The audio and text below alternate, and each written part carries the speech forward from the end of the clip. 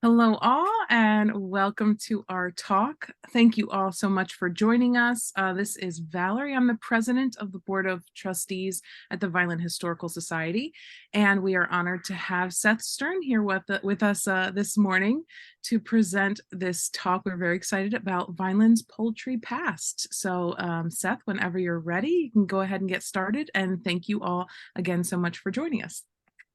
Well, thank you so much for having me this morning. In the nearly 20 years since I first visited Vineland, the society's been a source of guidance and assistance, and I owe a particular debt to Pat Martinelli for answering so many of my questions over time. The story of Vineland's poultry past is a personal one for me. My grandparents, part of a wave of Holocaust survivors who settled on South Jersey poultry farms that I detail in my book, Speaking Yiddish to Chickens, moved to the Vineland area in 1947. My mother grew up on a farm there before graduating Vineland High School in 1964. And you can see here, this is the book cover. My family is on the right-hand side. My grandfather's in the checkered shirt, my grandmother next to him, and that's my mother in the picture with the dark hair. So I want to start out first by taking you back to the morning of June 19th, 1954. That's when five chefs clutching hose began serving an egg breakfast out of what was billed as the world's largest frying pan at the corner of Landis Avenue and the Boulevard in Vineland. The 13.5-foot diameter frying pan weighed half a ton and made enough egg sandwiches that morning to feed 2,000 people at the kickoff of Vineland's first ever Poultry and Egg Festival. The day-long event featured South Jersey mayors facing off in a hands-free chicken eating contest, 4-H chicken competitions, and a keynote address by New Jersey Governor Robert Maynor, who also placed a crown on the head of the teenager who was crowned New Jersey Poultry Queen. My then 8-year-old mother competed in the baby chick contest. There was a chicken barbecue featuring a 200-foot-long barbecue charcoal pit and a grill master named Waldo Chick, I'm not sure if that's his real name, who helped prepare 10,000 pieces of chicken that day. The broiler and all the fixings, which my grandfather particularly enjoyed, cost $1.25. The event that Saturday morning in 1954 symbolized just how central poultry was to Vineland's economy and to its identity in the mid-1950s. No one enjoying the event realized at the time, however, that this also proved to be the high watermark for the local poultry industry and the start of a rapid decline in the decade ahead. I'm going to briefly trace the history of Vineland's poultry industry, then I'll give a sense of chicken farm life at the time and what it was like during the boom years in the early 1950s. I'll go into more detail about the poultry festivals held in Vineland from 1954 to 1956, and then I'll explain what led to the collapse in the years that followed.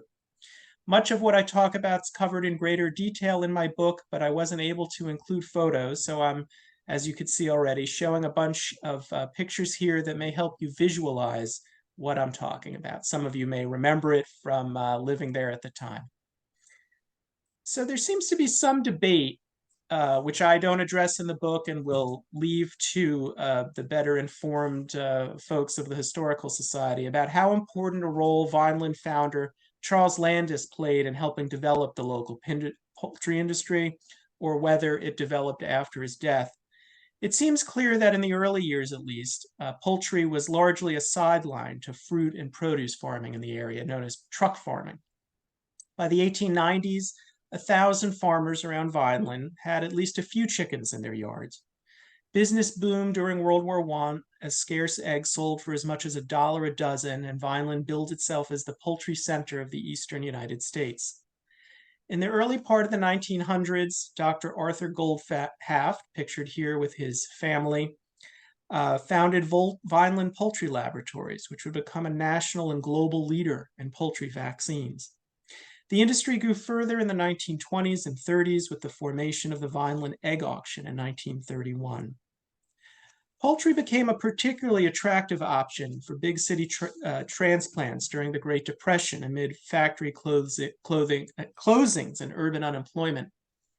In the late 1930s, the Jewish Agricultural Society directed some of the first Jewish refugees from Nazi Germany and Austria to farms in South Jersey, where property was less expensive than in other communities with an established poultry farming presence farther north, such as Lakewood, Toms River, and Farmingdale. You can see in these two pictures are two refugee farming families, the children or grandchildren of whom gave me these photos. The one on the right, they joked, is their version of American Gothic. Poultry farming was viewed as a good solution for refugees, many of whom were older. Poultry farming is less physically demanding than other forms of agriculture and required less land or startup capital. Hens started laying eggs relatively quickly rather than having to wait a full growing season for crops. Many more Jewish refugees followed after World War II ended. These displaced persons, as they were known at the time, had lost their families. They came to the US without much money and knew little English. They were attracted to farming by the promise of being their own boss and the fact that, as my book title suggests, the chickens didn't care if you spoke Yiddish to them, since so few knew English.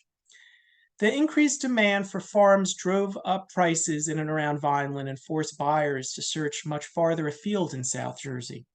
One refugee family bought an Estelle manor farm in 1950 without a bathroom, so the family had to use an outhouse 20 feet in the back of the house. The kitchen faucet produced so little water they had to use a pump outside to bathe, wash clothes, or cook. 2 years would pass until the family could afford a farm with indoor plumbing closer to the outskirts of Vineland. These new arrivals, who suffered so much during World War II, benefited from the start of the Korean War, which once again drove up demand for eggs, and egg prices reached all-time highs in 1951.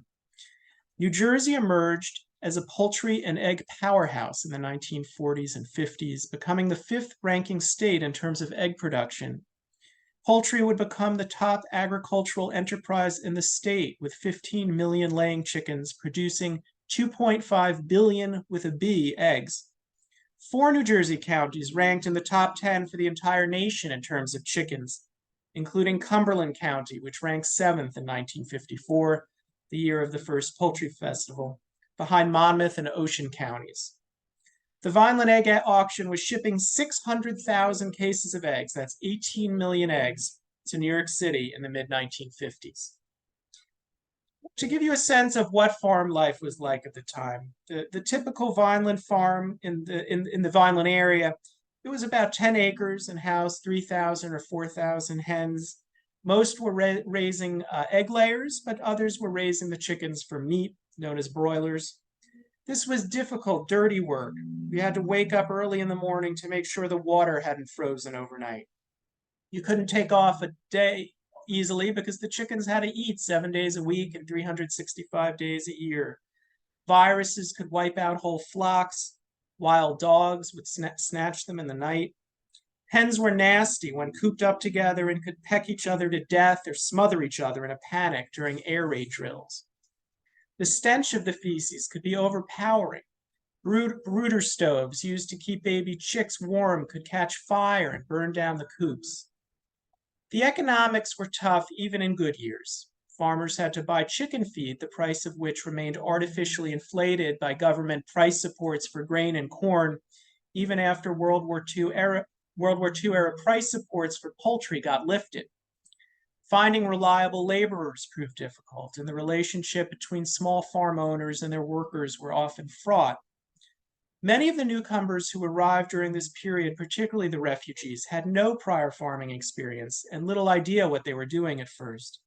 Their embarrassing missteps became the butt of jokes among veteran poultry farmers, and local veterinarians would joke about how the farmers would wash their eggs with water so warm it hard-boiled them, or the farmer who was told to give his chickens a teaspoon of vaccine substituted an old family heirloom spoon 3 times too big and wound up poisoning his whole flock. Many of the newcomers had hoped for a stable, quiet life, and they recoiled at all the uncertainty. Some dropped out of the poultry business as soon as they arrived. One refugee lasted only 9 weeks raising chickens before he found a job making draperies and slipcovers for the Sears Roebuck and Company department store on Landis Avenue. Then many more of these new farmers stuck it out. As one farm wife later recalled, "You'd be surprised how fast you can learn if you're in a jam. We had to make a living and take care of the children, and you just did it. We were fast learners. We had to be." So, to talk about the peak years now, as the program handed out to attendees at the 1954 Poultry Festival declared, poultry is big business in Vineland in the South Jersey area. There are hundreds of local poultry farms, including 500 or so, by my best count, purchased alone by Holocaust survivors. There were 17 poultry feed mills and 25 hatcheries and poultry dealers in the area. This is the Rubinoff feed mill that was the largest in the area. There was the weekly newspaper, the Poultryman, which published in Vineland and was dedicated to covering the industry. The Times Journal published egg prices in every afternoon's edition, and you can see on the right had a weekly poultry section that was many pages of news just dedicated to the poultry industry.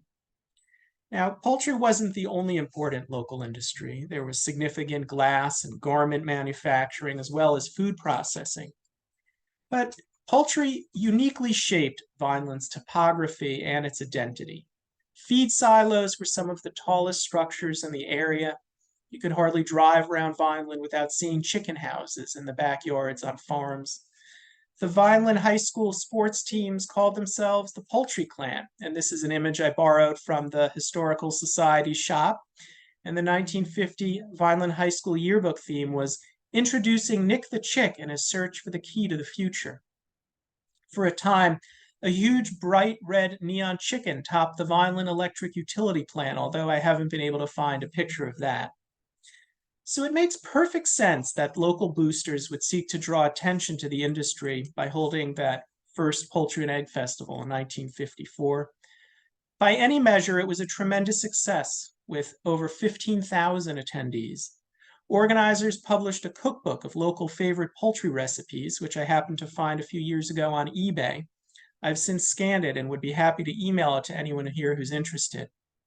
An even larger crowd gathered in June 1955 for the second annual event, where the star attraction was Millie, pictured here, who was billed as the largest chicken in the world at 16 feet high and 26 feet long. Millie was mounted on a Jeep and accompanied by young women in bathing suits. You could see them in front of Millie, who passed out cartons of eggs to motorists. This is the chicken barbecue from the second year. On the left, you could see the size of the grills needed to make all those chickens, and on the right is some of the attendees enjoying the results. At the third annual festival in 1956, the giant frying pan was converted here, as pictured here, into an 8-foot-high pot that made 15,000 boiled eggs. There was also a parade of eggheads, pictured here, with caricatures of celebrities like President Eisenhower and Marilyn Monroe. I think in this picture you have Nikita Khrushchev, Eisenhower, and I don't know, the third might be Adlai Stevenson.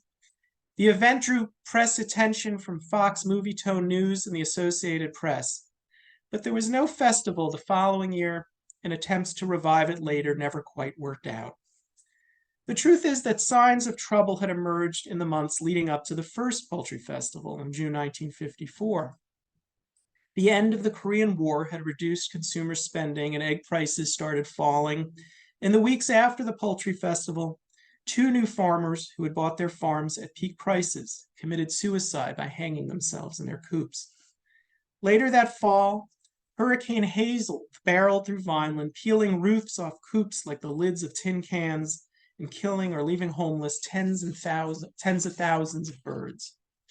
Given the hard times ahead, the lucky ones might have actually been the farmers who lost everything and used insurance proceeds to start over in a new business or in an entirely different place. As egg prices dropped, farm families looked for other ways to supplement their income. Many farm wives, including my grandmother, found work at Vineland garment factories. Others tried branching out into farming adjacent businesses, such as cracking eggs for bakeries, or in the case of the Robb family, poultry processing. Others abandoned farming altogether, such as the Lermans, who began shifting in the late 1950s from raising eggs to the home heating oil business. The bottom truly fell out in the spring of 1959 with the beginning of a poultry depression that sent egg prices plummeting to 20-year lows. Desperate farmers who tried selling their farms found no one wanted to buy them. The state's farm bankruptcy rate was soon the highest in the nation. South Jersey farmers sought help in Washington from an unsympathetic Eisenhower administration, which blamed the farmers' troubles on an oversupply of eggs. The real culprit were structural changes in the industry. The small family-owned farm was giving way to factory-sized operations in low-cost southern states that could cater to large supermarket chains. Instead of 3,000 or even 10,000 hens, farmers needed 50,000 or 100,000 chickens to operate efficiently, and that number ultimately would go to 1 million chickens. The son of one farmer recalled realizing how much trouble they were in while visiting the new A&P supermarket that opened on Landis Avenue in August 1959. His father noticed they were charging 19 cents for a dozen eggs there, which was less than it cost to produce a dozen eggs on their Vineland farm.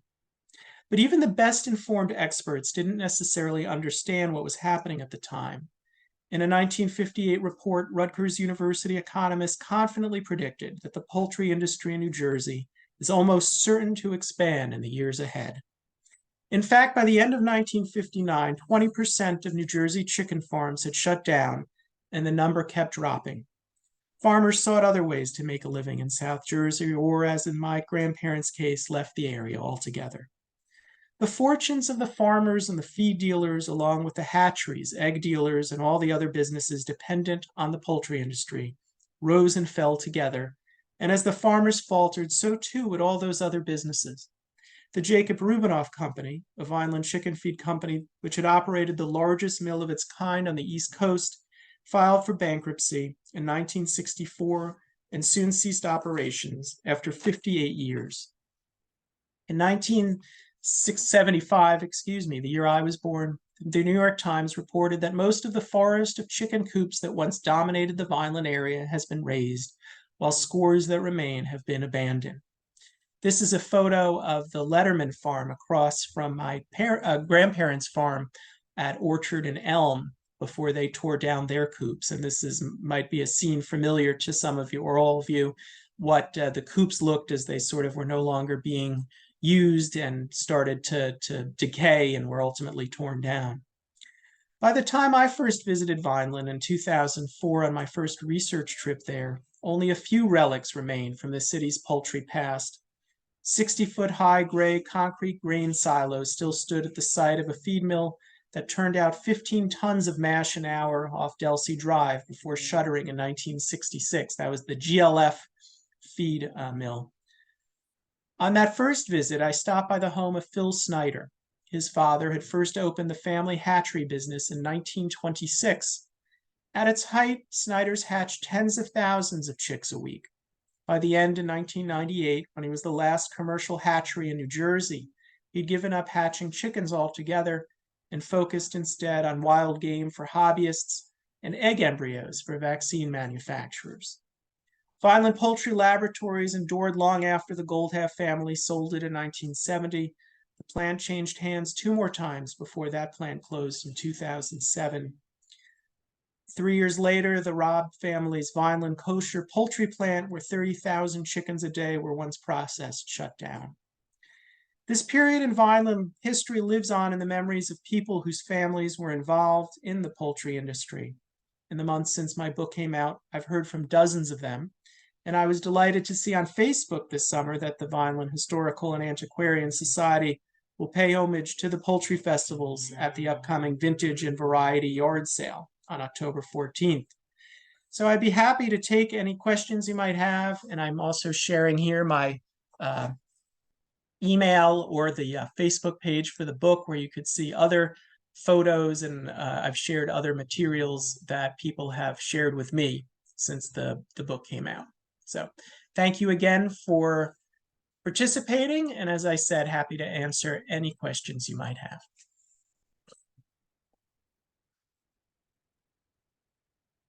Thank you so very much, Seth. That was fascinating. My grandparents, my great grandparents had a poultry farm. Also, they were in Port Norris as opposed to being in Vineland, but similar stories there as well. And they actually, I found a ticket to the poultry festival barbecue in one of their old purses. So I was like, oh, they were there. So that was fascinating to see that they were also taking part in that. And we are excited to sort of revamp the talking about the festivals and about the poultry industry. And we thought it would be a fun way to work that into our festival, like you said, upcoming October 14th. But thank you so very, very much. I don't see if we have any questions in chat or up on here. I see someone with name Doug is holding up their hand, Ooh, good, good, good. Let's see. but they're still muted. Okay, I'm unmuted now. Yes. Having grown up in Vineland, I actually went to school with your mother. Your mother is Oh, your mother Ruth? Is she Ruth? Ruth Green, yes. Yeah, I went to high school with her. But as an aside, years ago, back in the 50s, there were several gentlemen who used to get work crews together of the young teenage boys. And I remember them coming to my house about 4:30 in the morning to pick up my brother. And they would take these boys out to the chicken farms to vaccinate the Yep, chickens yep. against disease. So that was a summertime employment for young teens. And a funny story, if I could relate it to you. We had a dog at the time, and I remember finding these little tiny things on the floor that I thought were my dog's teeth. Come to find out, they were actually chicken beaks that had fallen out of the cuffs of my brother's pants onto the floor. But yeah, good memories growing up in Vineland. Well, thank you for sharing that. Yeah, people have shared the being part of those vaccination crews. As I mentioned, the chickens are pretty delicate, and they would get these viruses. You could wipe out a whole flock. So it was so important to get the vaccinations, and you had to grab them and hold them, and someone had to shoot, inject the vaccine. So they did rely on local kids. So it was a way to have a summer job beyond just the children who grew up on the farms and helped their parents out, and all the labor, as I mentioned. It wasn't as demanding as other forms of agriculture, but it was still very hard work. And you had these 50-pound bags of feed, and particularly before people could afford to get automatic feeders and watering, it was a lot of manual labor, a lot of hard work every day. I see Teresa also put in the chat mentioning how priceless these photos are that you just shared. I agree, they're fantastic. And it does look like you have a lot of those photos and more shared on your Facebook page. So definitely follow that. I'll send up a follow-up email, and I'll include this information there. So make sure that Great. people can have an easy way to follow your page and soak that all in.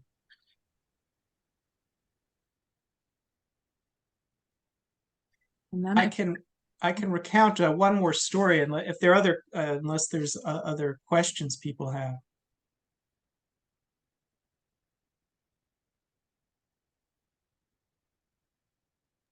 I'll go ahead and tell. I didn't mention in the talk, but the most famous chicken of that era in the whole country was from Vineland, a chicken named Meg O'Day.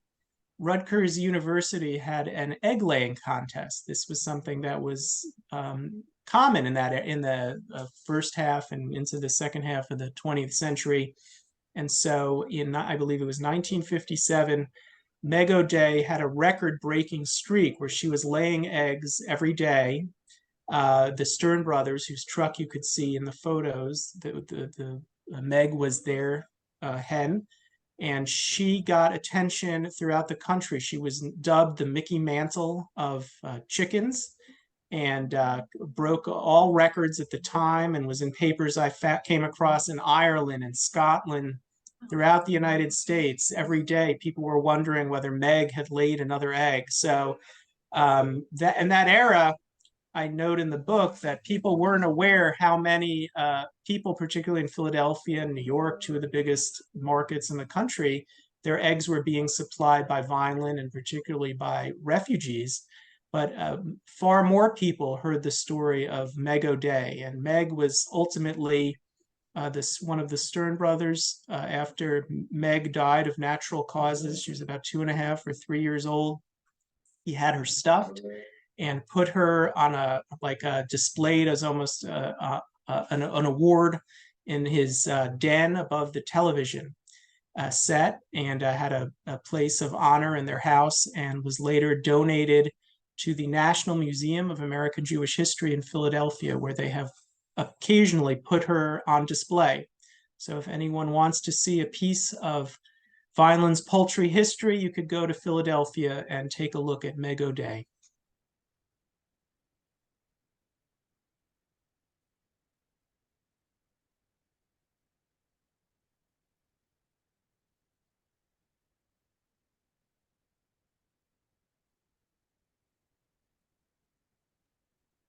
Any other questions come in? I just make a comment. Sure.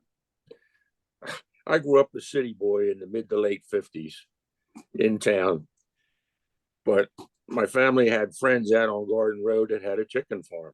Mm-hmm.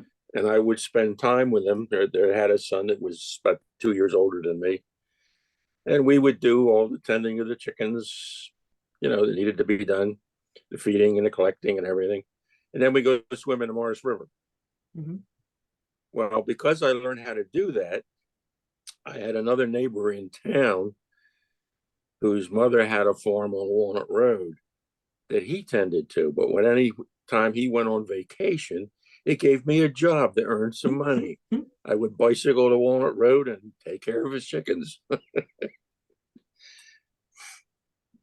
Now, Val, I do think the photos are integral to the story, and I'm sorry that they couldn't have been included in the book. Is there any way that an addendum to the book could be published, or the photos somehow be reproduced?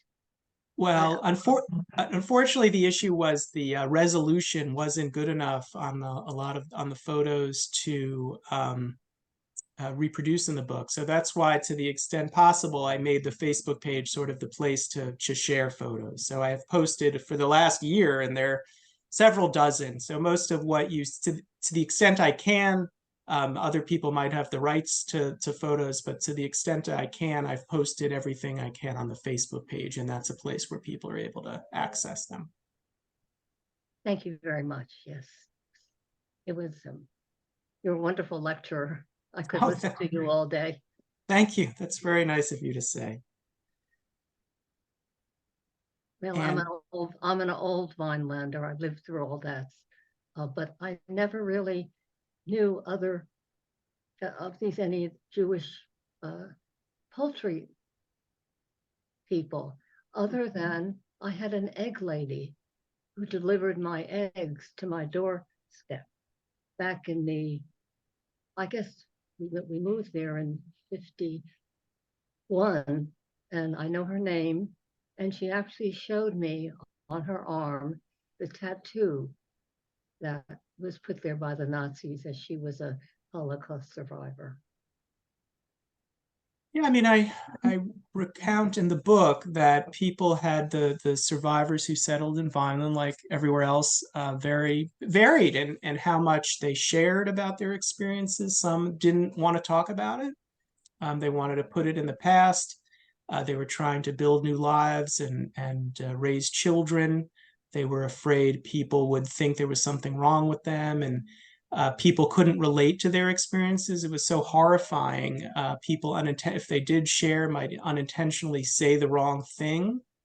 And then there were other people who did share, and particularly as time went on, they shared more. An example would be Esther Raab, who went on to speak about it. And there's the play, I think it's called Dear Esther, about all of the letters she would exchange with students she spoke with. And Miles Lerman is another example who went on to lead the U.S. Holocaust Memorial Museum in Washington. So it changed over time, but initially there was a reluctance to talk about it. But there were people, as you say, who did at the time, like the person who was delivering your eggs.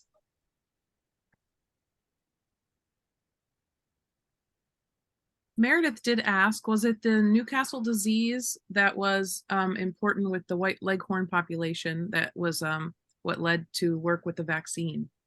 That was one of them. Yeah, I think the Gold Half, the Vineland Poultry Laboratories had a Newcastle vaccine, but it was one of many of the chicken diseases and viruses that they would catch.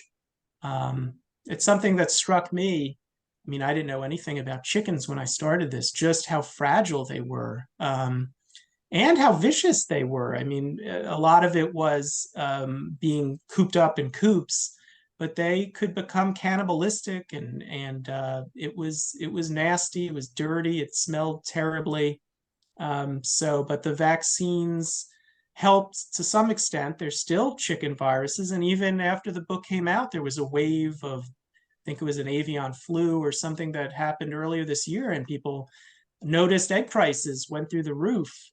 So it's not even today, half a century or more later, like these poultry diseases have been eliminated. And as the scale of agriculture has increased, and it's not like chickens today that most of us are getting from the supermarket. Those chickens aren't on a range or free. I guess you could pay extra and get eggs from chickens who are living a gentler life.